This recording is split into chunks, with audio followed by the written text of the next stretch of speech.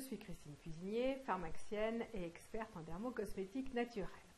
Nous allons donc continuer notre saga comment bronzer et garder son bronzage naturellement. Et aujourd'hui, nous allons voir comment apaiser et réparer sa peau pour garder un bon bronzage.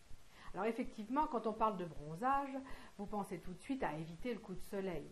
Et pourtant, malgré toutes les précautions que vous avez prises, voilà que cela chauffe, cela brûle et c'est même douloureux. Alors de plus, vous vouliez absolument rentrer avec un joli hâle. Et voici que la pelade s'annonce dans quelques jours. Alors comment garder un bon bronzage, allez-vous me demander? Mais c'est quoi un coup de soleil? Alors un coup de soleil, c'est d'abord une brûlure. Enfin, c'est une brûlure.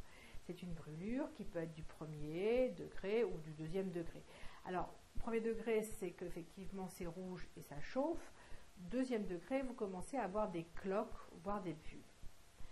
Alors, il y a plusieurs phénomènes qui s'installent lorsqu'il y a une brûlure. D'abord, il y a une inflammation.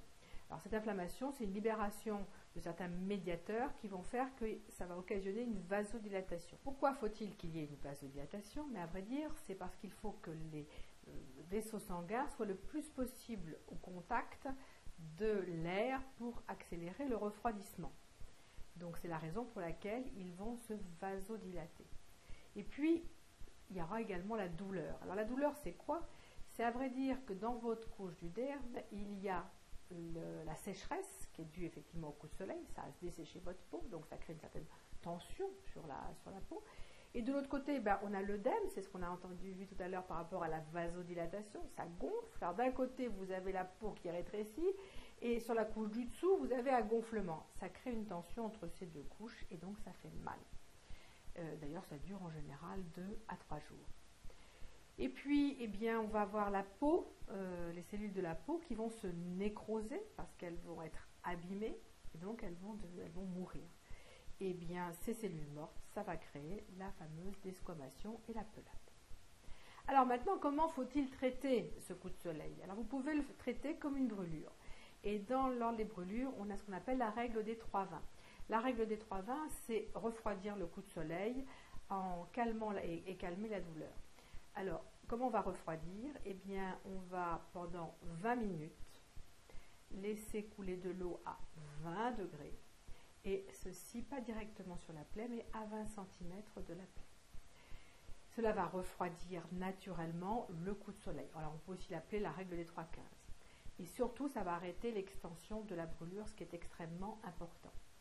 Et ainsi évacuer la chaleur résiduelle. Donc ça, c'est la première chose. Quand vous avez fini, vous allez à ce moment-là utiliser des anti-inflammatoires qui vont donc calmer cette inflammation. On verra que les huiles végétales sont très riches en anti-inflammatoires. Et enfin, pour lui permettre justement de retrouver cette souplesse, il va falloir la nourrir et l'hydrater. Alors, on va l'apaiser, on en parlait tout à l'heure des anti-inflammatoires. Où est-ce qu'on les trouve dans le règne végétal? On trouve les anti-inflammatoires, c'est les molécules qu'on appelle des oméga 3. Ce sont les phytostérols qui sont des molécules très anti-inflammatoires.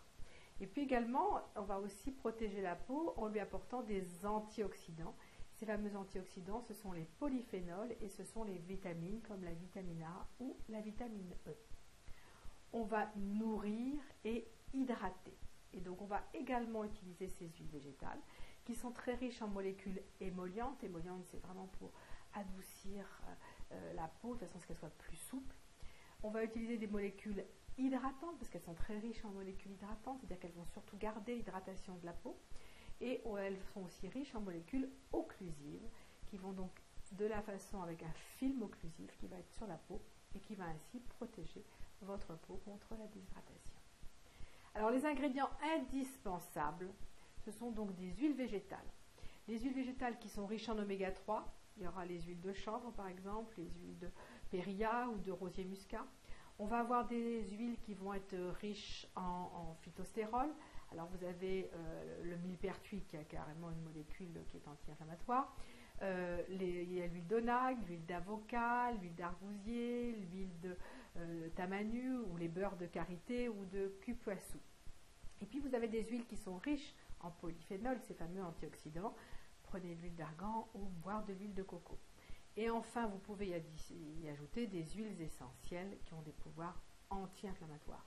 Et là, je vais en citer 4, la lavande aspic, la lavande fine ou lavande vraie, le lemongrass et la camomille allemande.